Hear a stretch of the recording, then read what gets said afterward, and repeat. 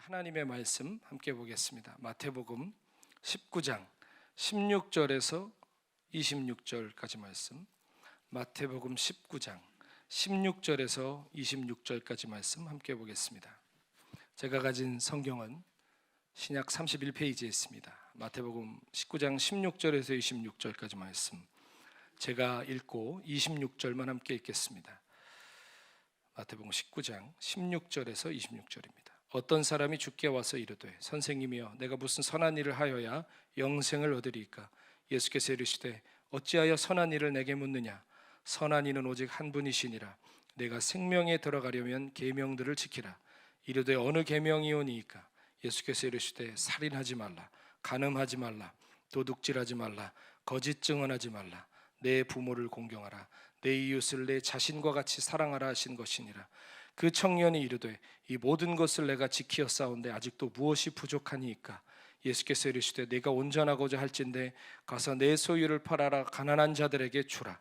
그리하면 하늘에서 보화가 내게 있으리라. 그리고 와서 나를 따르라 하시니 그 청년이 재물이 많음으로 이 말씀을 듣고 근심하며 가니라. 예수께서 제자들에게 이르시되 내가 진실로 너에게 이르노니 부자는 천국에 들어가기가 어려우니라. 다시 너희에게 말하노니 낙타가 바늘귀로 들어가는 것이 부자가 하나님의 나라에 들어가는 것보다 쉬우니라 하시니 제자들이 듣고 몹시 놀라 이르되 그렇다면 누가 구원을 얻을 수 있으리이까? 함께 읽습니다. 예수께서 그들을 보시며 이르시되 사람으로는 할 수 없으나 하나님으로서는 다 하실 수 있느니라. 아멘. 아멘. 여러분 혹시 이 얘기 들어보셨습니까? 무엇이 중헌디? 무엇이 중헌냐고. 한때 유행했던 영화의 대사입니다. 저는 그 영화는 안 봤지만 하도 여기저기서 무엇이 중헌디 무엇이 중헌지 해서 알아봤던 영화 대사더라고요. 그런데 이 구수한 사투리로 구사하는 이 영화 대사는 영화의 내용과는 상관없이 세상의 정치, 사회, 교육, 종교 어느 영역에 갖다 붙여도 잘 어울리는 유행어가 됐습니다. 우리는 그저 바쁘고 열심히 살면 가치 있게 사는 것이라고 착각할 때가 많습니다. 그래서 은근히 자신의 바쁨과 열정을 자랑하기도 하죠.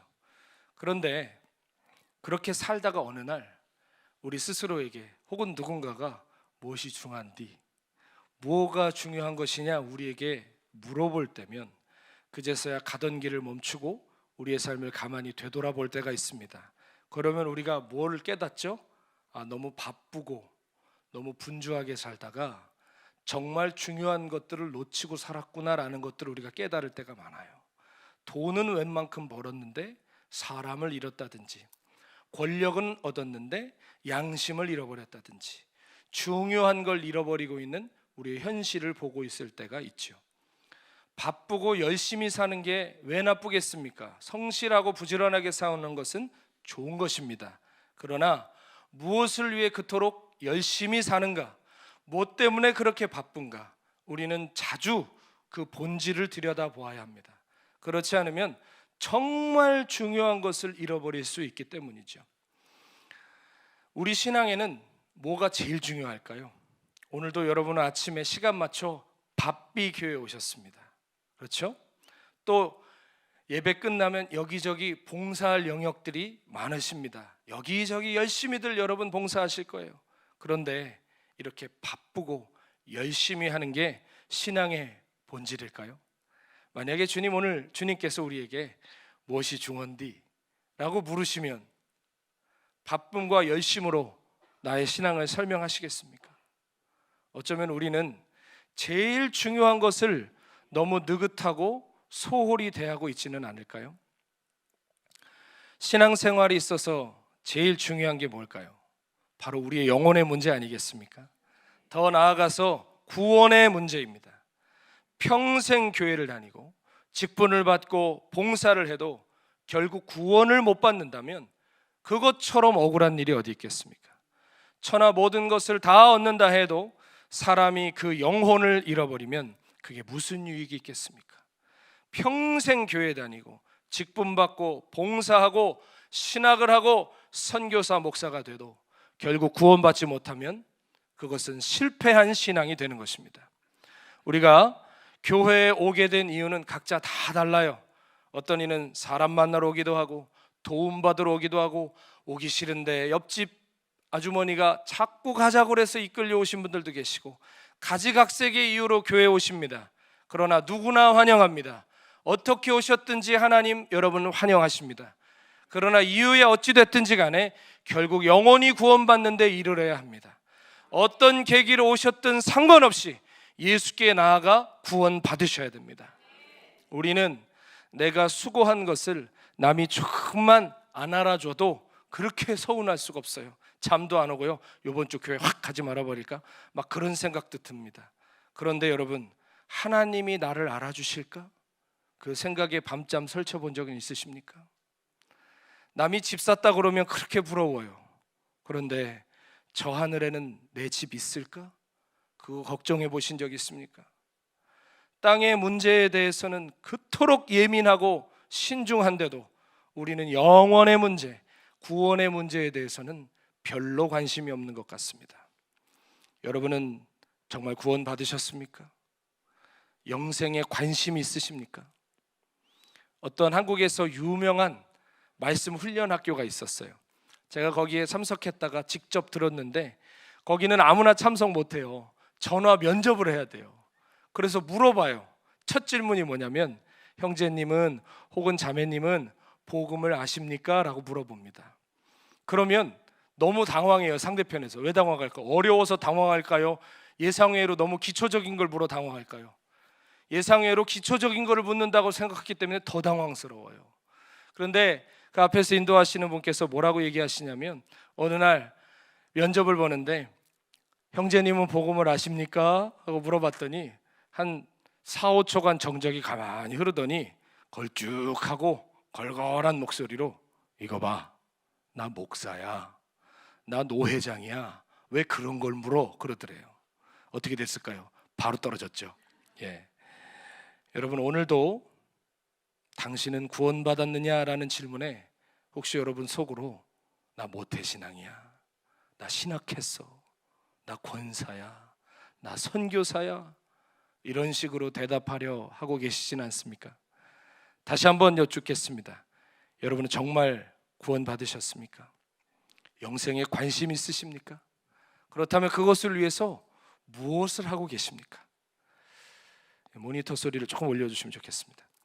오늘 우리가 읽은 본문에는 영생에 아주 관심이 많던 사람, 그러나 결국 관심이 많은 것 같지만 그 길에 이르지 못한 사람의 이야기가 나옵니다. 바로 부자 청년의 이야기죠.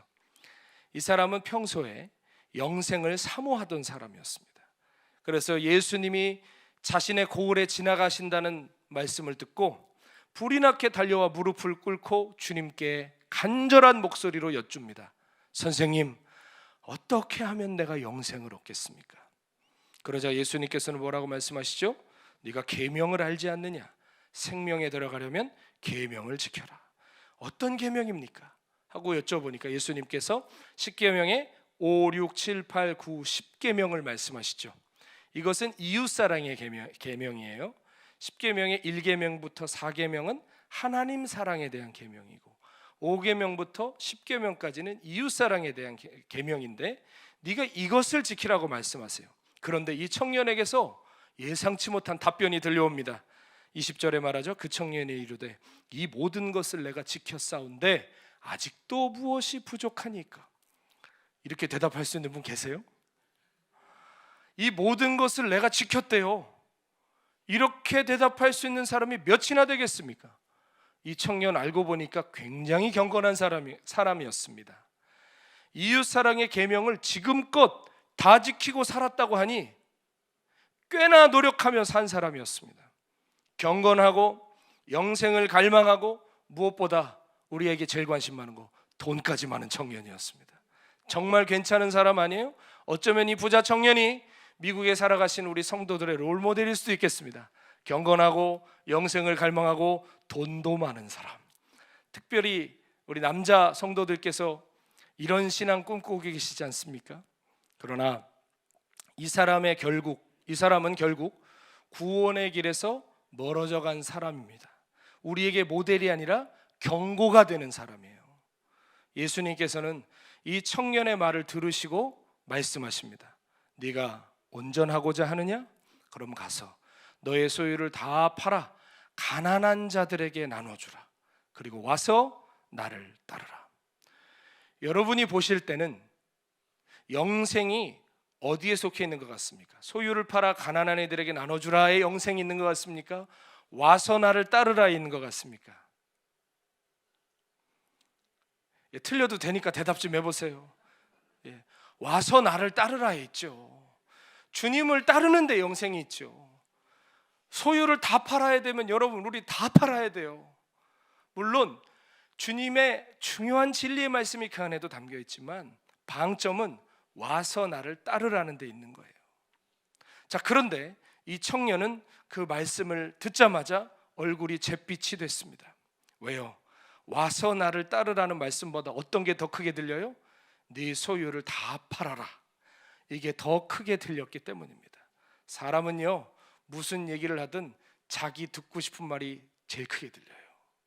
혹은 자기 마음에 걸리는 게 더 크게 들려요. 그래서 누군가 얘기했는데 그 의도가 아닌데도 단어 하나에 막 집중하고 그럴 때 있죠. 그 사람은 그 의도가 아닌데요. 오늘 성경은 그 청년이 이 말씀을 듣고 근심하며 가더라 라고 얘기해요. 누가복음에 보면 심히 근심하며 가더라 이렇게 표현도 하는데요.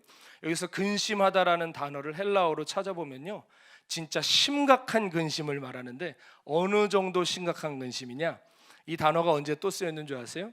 예수님께서 십자가에 달리시기 전날, 잡혀가시던 날 밤에 겟세마네에서 기도하시는데 땀방울이 핏방울 같이 되셨죠. 돌 던질 거리만큼의 베드로와 요한과 야고보 기도시켰는데 가보니 뭐하고 있어요? 자고 있죠.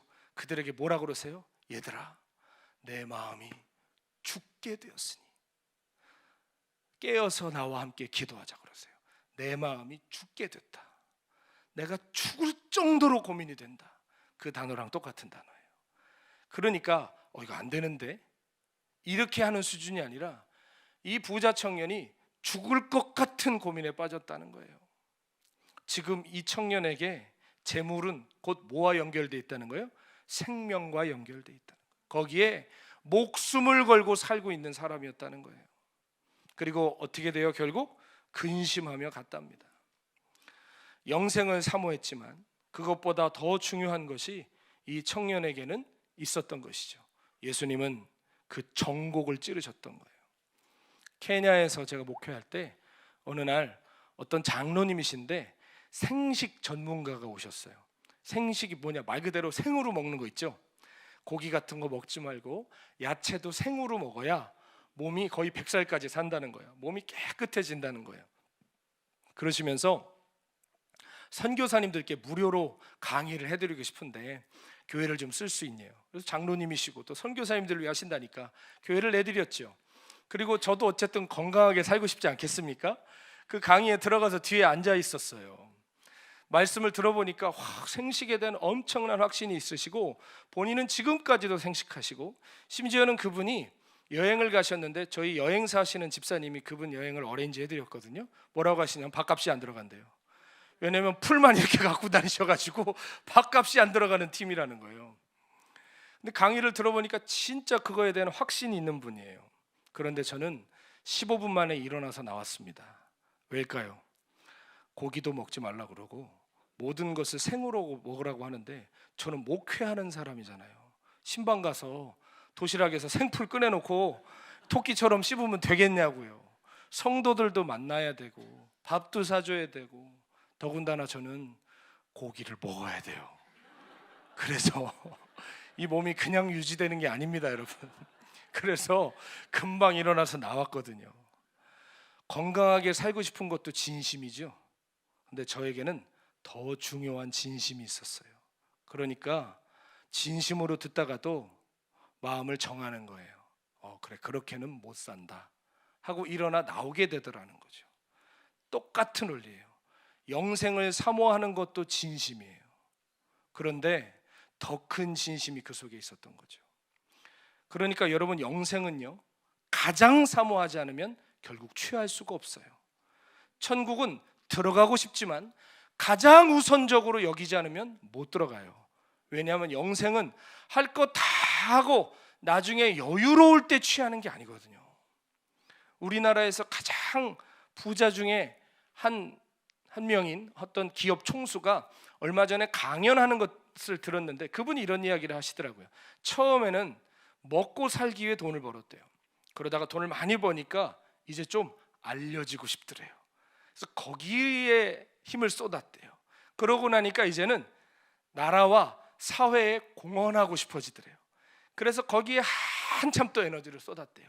그런데 나이가 이렇게 드니까 마지막으로 드는 생각은 의미와 가치 있는 일을 하고 싶더래요. 가난하고 병든 사람들이 보이더래요. 부자들이 되게 그러잖아요. 끝에 가서는 의미 있는 삶을 찾아요. 그래서 무슨 재단도 만들고 헌물도 하고 막 그러잖아요.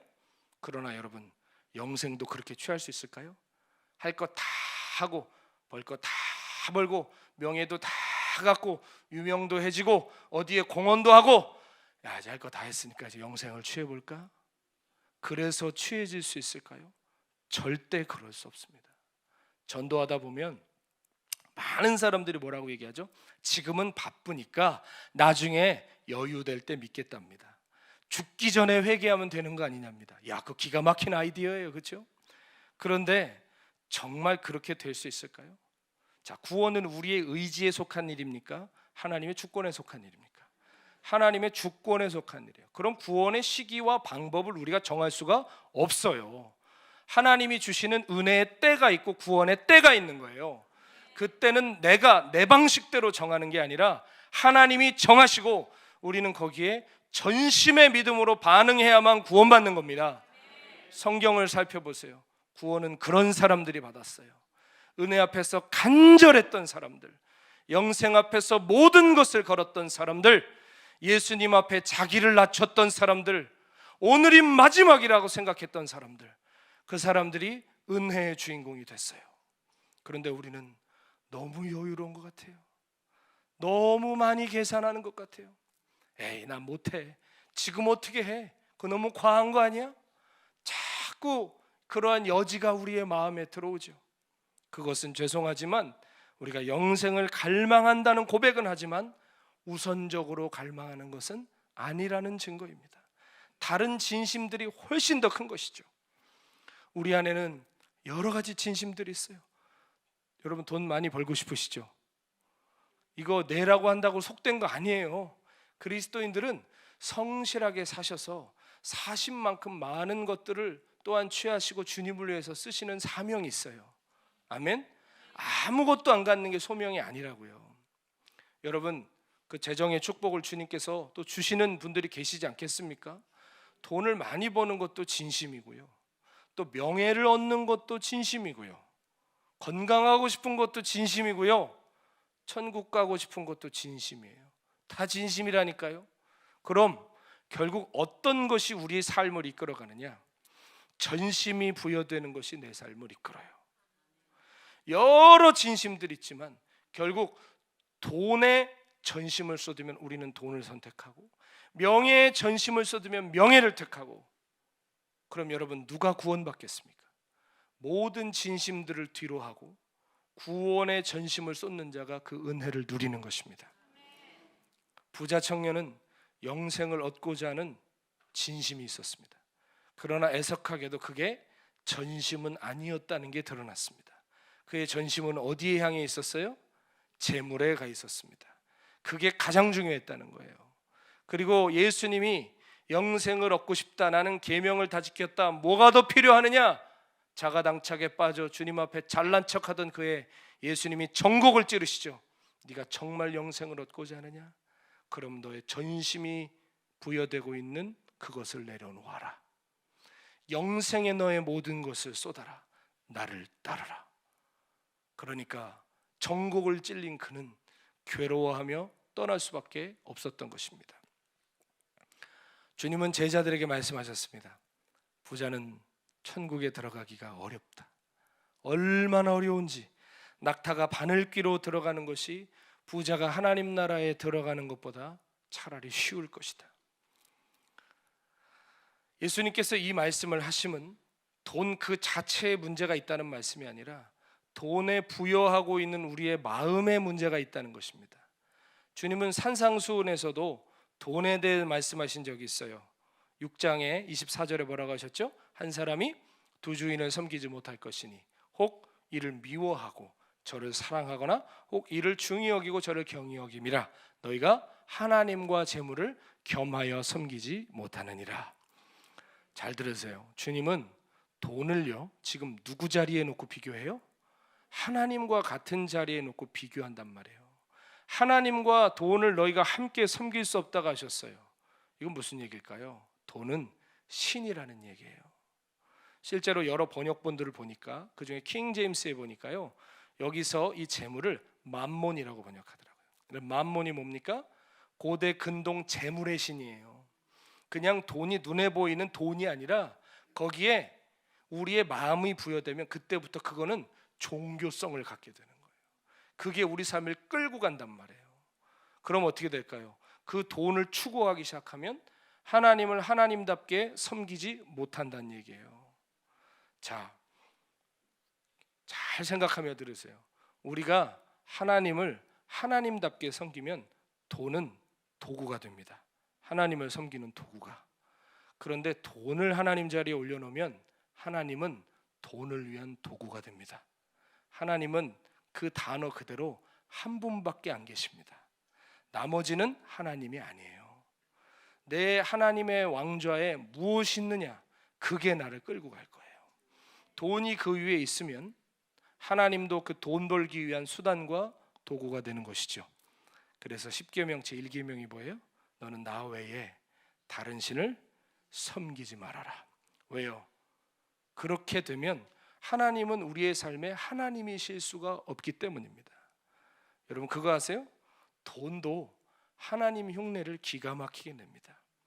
자, 하나님 우리에게 갈망을 주시죠.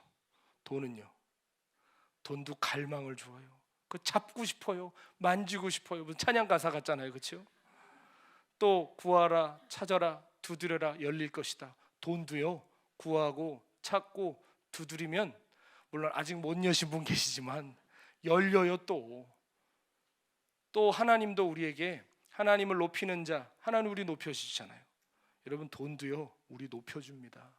명예와 권세를 주고요, 소원도 이루어져요.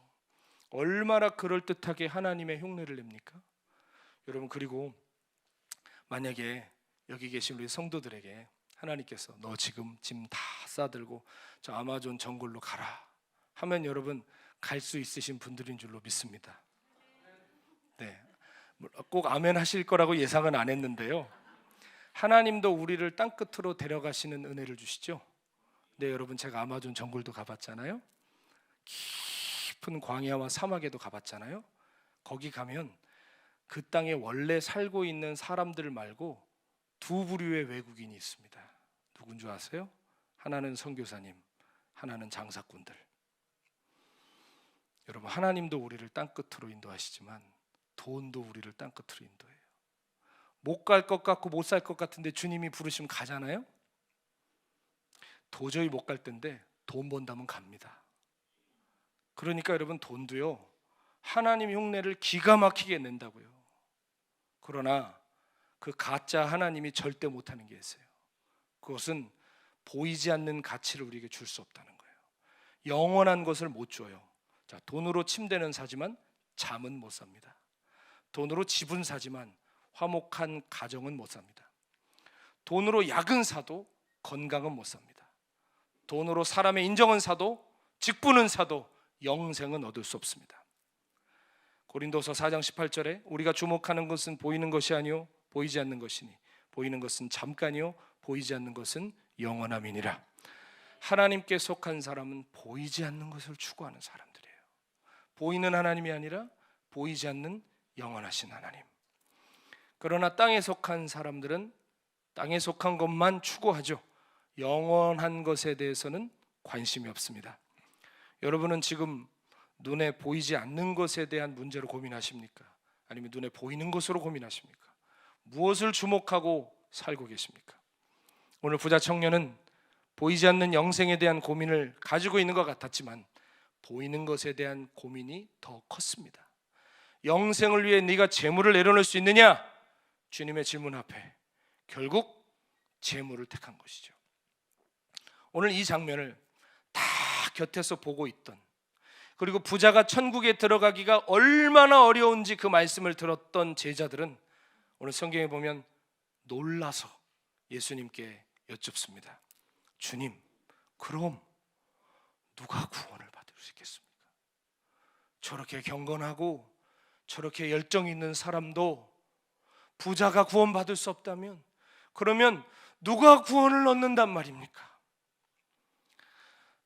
저는 축복합니다. 이 간절한 질문이 오늘 우리의 질문이 되어야 할 줄 믿습니다. 주님, 그럼 어떻게 하면 구원을 얻겠습니까? 우리가 성경을 보면 때때로, 그리고 시대를 깨우시는 설교자들의 말씀을 듣다 보면 천국은 정말 아무나 들어가는 곳이 아니고 선택받은 적은 이들만 들어가는 곳이라는 생각을 하게 됩니다. 그렇죠?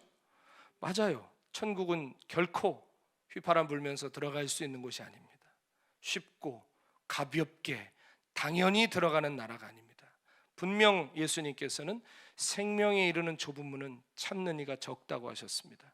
결과적으로 우리의 선택으로 인해 그 나라에 들어가는 자가 많지 않을 것이다라는 뜻이기도 하죠. 그러나 천국의 어떤 기준에 대한 이 모든 말씀이 우리에게 뭘 얘기해 주고 싶은 걸까요?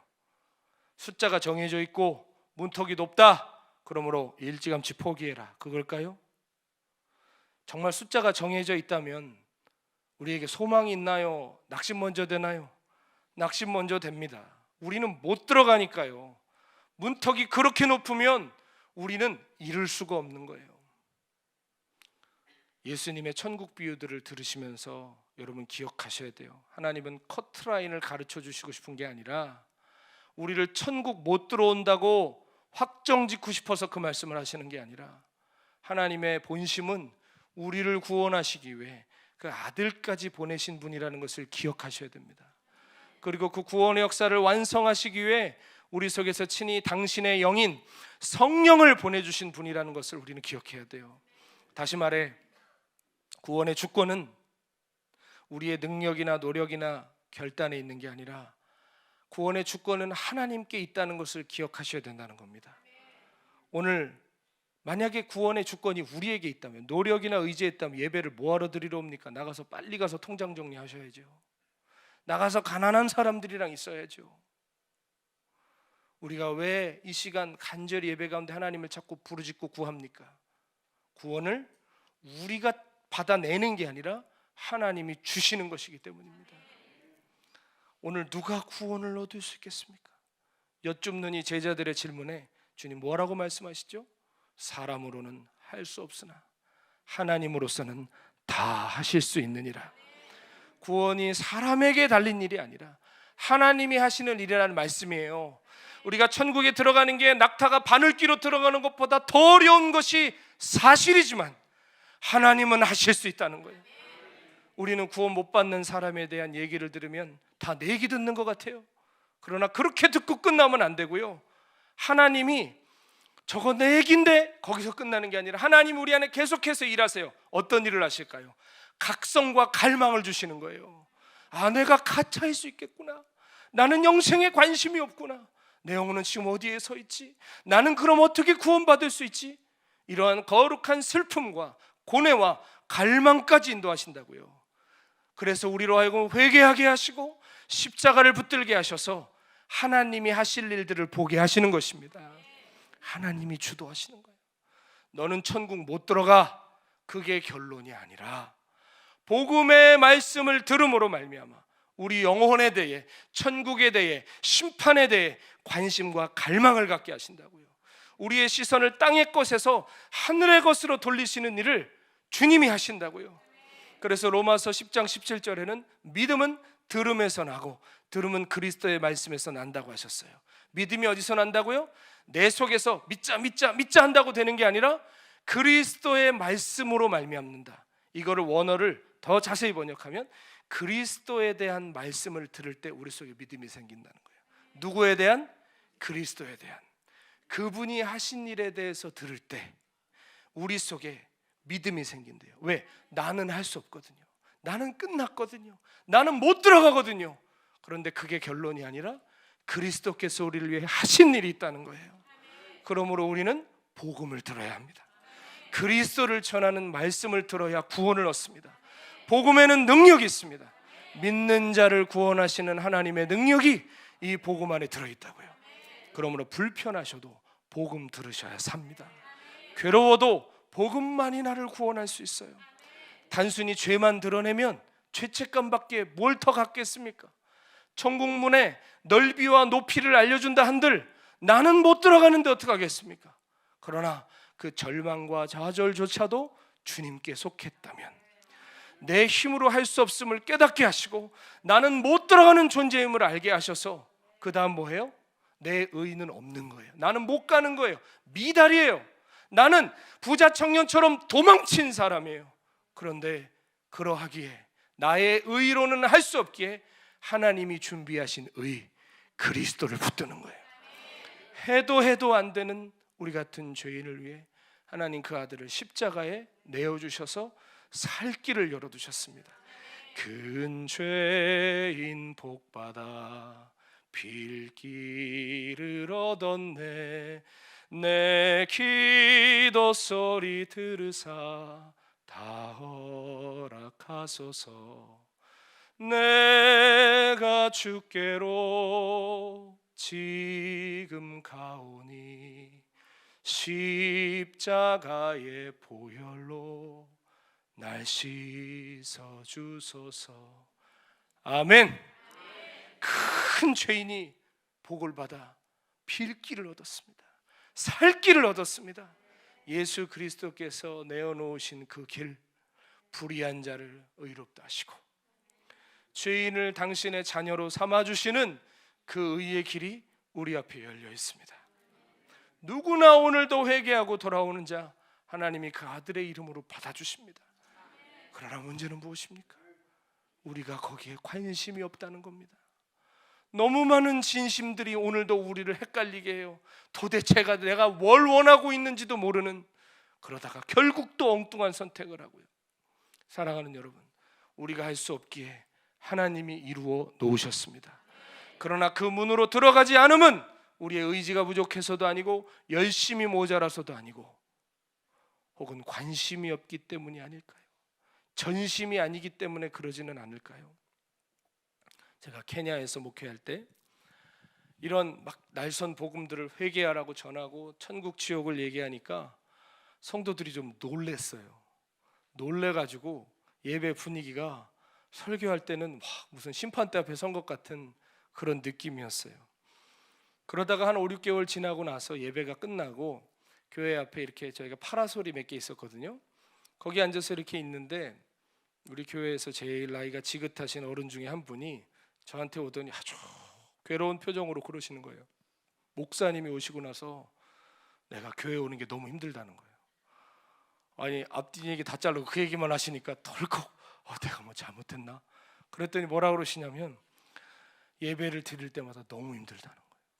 목사님 말씀을 듣고 나면 잠이 안 오고 괴롭대요. 교회 가는 게 무섭다는 거예요. 그 얘기를 듣는데 저도 민망하고 죄송하더라고요. 그래, 얼마나 힘들게 들릴까, 얼마나 괴로울까. 이 어른이 밤잠을 못 주무셨다는데 아이고 이게 얼마나 미안한 일인가. 그런데 또 그게 사는 길이기 때문에 멈출 수는 없어요. 그래서 제가 그분께 말씀드렸어요. 집사님, 죄송하지만 그것은 기뻐하실 일이라고. 복음을 듣고 괴롭고 잠이 안 오면 집사님께 소망이 있는 거라고. 복음을 듣고 괴로운 건 성령이 하시는 일이라고. 구원을 받았는지 못 받았는지 그거 생각도 안 하고 자기 맘대로 당연히 천국 간다고 믿는 그런 가짜 교인들이 수두룩한 이 시대에 매주 교회 올 때마다 찔리고 잠이 안 오고 괴롭다면 집사님 둘 중에 하나다. 정말 구원받아 성령께서 그 마음 주시는지 아니면 성령께서 구원하시기로 작정하셔서 그런 거 아니겠느냐. 오히려 격려해 주었습니다. 이 시간도 마찬가지입니다. 오늘 누가 제일 두려워해야 될까요? 나는 아무리 말씀 들어도 나는 천국 못 들어갈 사람인 것 같습니다. 나는 가짜입니다. 나는 죄인입니다. 내 믿음 부도났습니다. 라는 사람, 여러분 오히려 그런 사람은 기뻐하십시오. 하나님 나라가 여러분에게 가깝습니다. 그러나 정말 두려워해야 될 사람은 누군 줄 아세요? 아무렇지도 않은 사람들, 아무 찔림도, 아무 슬픔도, 아무 아픔도 없는 사람이 진짜 두려워해야 된다니까요. 제가 지난번에 말씀드렸죠. 회개할 사람이 있어가지고 막 회개하라고 외치면 정작 그 사람 회개한다 안 한다? 그 사람 회개 안 하고요, 나갈 때 휘쭉 웃고 은혜 받았습니다 하고 가요. 근데 누가 회개하느냐? 항상 회개하는 사람 회개해요. 이 사람은 제발 그만 회개해도 될 정도로 경건을 열망하는 사람인데, 회개하라고 외치면 그 사람이 더 회개하고요, 정말 회개해야 될 사람은 정작 아무렇지도 않다니까요. 무슨 얘기인 줄 아시겠어요? 가진 자는 더 받을 것이요 없는 자는 있는 것도 빼앗기리라. 정말 내 마음에는 그 애통이, 그 슬픔이, 그 괴로움이, 그 갈망이 있는지 돌아보셔야 돼요. 착각하지 마세요. 여러분이 많은 복음에 대한 말씀을 들었다고 복음을 안다고 할 수는 없는 거예요. 복음을 아는데 복음이 우리의 삶에 어떠한 일도 일으키지 못한다면 오히려 여러분이 알고 계시는 그 지식이 심판대 앞에 가서 여러분을 심판할 겁니다. 왜일까요? 아는데도 안 했으니까. 오히려 그것들은 심판 제목이라고요. 심판 제목. 정말 요한복음 3장 16절 하나만 가지고도 주님을 사랑하고 따라가는 북녘의 성도들 생각해 보십시오. 그들은 성경도 없습니다. 그런데 누가 찢어주고 간 이 성경책 한 장 가지고, 누가 황급히 적어주고 간 주기도문 하나 가지고 그거 외우면서 신앙 지키고 삽니다. 그런데 우리는요, 성경을 백독했다, 성지순례를 갔다 왔다, 무슨 훈련을 받았다, 뭘 했다. 우리가 북한 성도의 구원을 위해서 기도하지만 어쩌면 북한 성도들이 우리를 위해서 기도해 줘야 되지 않을까요? 우리가 잘 생각해 봐야 합니다. 오늘 우리의 힘으로는 구원받을 수 없습니다.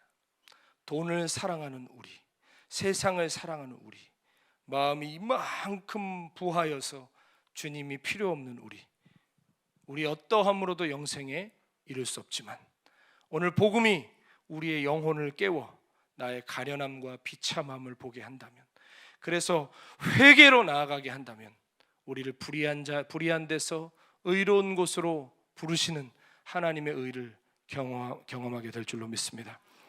제가 모태신앙으로 저는 태어났습니다. 4대째 예수 믿는 집에 태어났으니 저는 뭐 우상 숭배를 한다든지 점을 친다든지 그런 건 소문으로만 들어봤지 구경한 적도 없습니다. 기회도 없었습니다. 더군다나 제가 태어나서 자란 마을은 진짜 말 그대로 복음화된 마을 있죠. 한 집도 안 빼놓고 다 주일이 되면 교회 가는 마을이에요. 그러니까 그때는 모든 집이 문이 주일에는 다 잠겨 있고 아무도 없어요. 제가 그런 동네에서 컸습니다, 여러분. 원래 제 어릴 때 동네 이름이요, 뭔 줄 아세요? 웃지 마세요. 농촌동이었어요.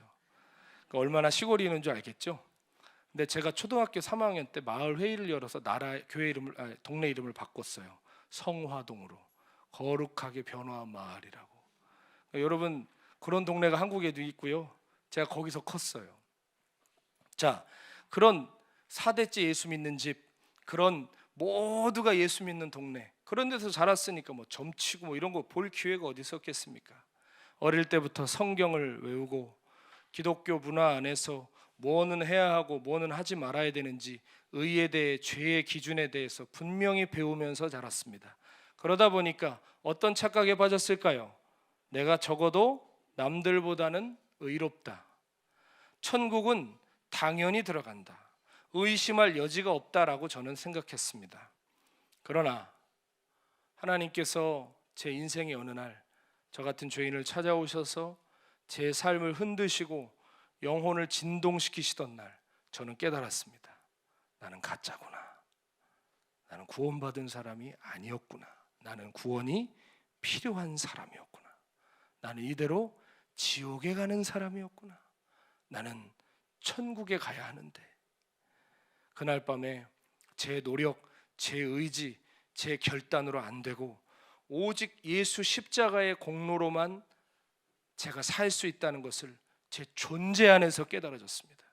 그래서 그분의 십자가 앞에 제 모든 더러운 죄를 회개하고 자아의 종로로 타던 저의 모든 존재를 십자가에 내어드렸습니다. 그리고 그 밤 주님 기꺼이 제 안에 찾아오셔서 저의 주인이 되어주시고 지금까지 저를 인도해주고 계십니다. 하나님이 오늘 우리 안에 제일 먼저 하시는 일은 우리 영혼의 실체를 드러내시는 겁니다. 영생을 사모한다 하지만 전혀 다른 진심을 따라가는 나의 가련한 실체를 주님이 드러내셔야만 합니다. 그러나 거기서 끝이 아니라 그렇게 형편없는 내 영혼 거기 버려두지 않으시고 하나님이 이루신 일을 우리 앞에 밝히 보여주실 것입니다. 예수 십자가, 복음의 능력, 그 빛으로 우리를 비추시고 우리를 회개로 인도해 주실 거예요. 그리고 십자가 언덕에서 우리를 초대하실 겁니다. 너 오늘 나와 함께 죽고 나와 함께 살자. 나와 함께 죽으면 나와 함께 살리라. 여러분, 심판이 두렵죠? 심판을 이기는 방법이 하나 있습니다. 뭘까요? 살아서 심판받는 겁니다. 누구와 함께? 하나님의 아들과 함께 십자가에서 심판받으면 훗날 주님의 심판대 앞에 담대할 수 있습니다. 아멘. 예수 믿는 건 교양이 아닙니다. 여가가 아닙니다. 마음의 위로가 아닙니다. 그분과 죽고 그분과 함께 사는 겁니다. 오늘 그분의 십자가에서 그분과 함께 심판받으면 그분과 함께 살 겁니다. 그분의 생명이 우리 안에 역사할 것입니다. 그게 그리스도의 의입니다. 오늘 여러분 구원이 정말 필요하십니까? 그리스도가 필요하십니까? 그러면 오늘 내 안에 있는 것 계산하지 마십시오. 내가 어떻게 살았나 세지 마십시오. 그것을 세야 된다면 내가 얼마나 큰 죄인인가 깨닫기 위해 세십시오. 거기서 끝내지 마시고 오늘 그 십자가 나와 함께 죽고 나와 함께 살자. 우리를 부르시는 그 주님께 달려가십시다.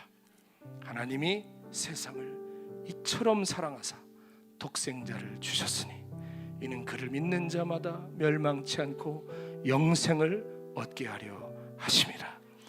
하나님의 그 아들을 내어주신 마음을 오늘 이 아침 깨닫고 영생의 축복을 누리고 영생을 취하기 위해 달려가는 저 여러분 다 되시기를 예수님의 이름으로 축원합니다.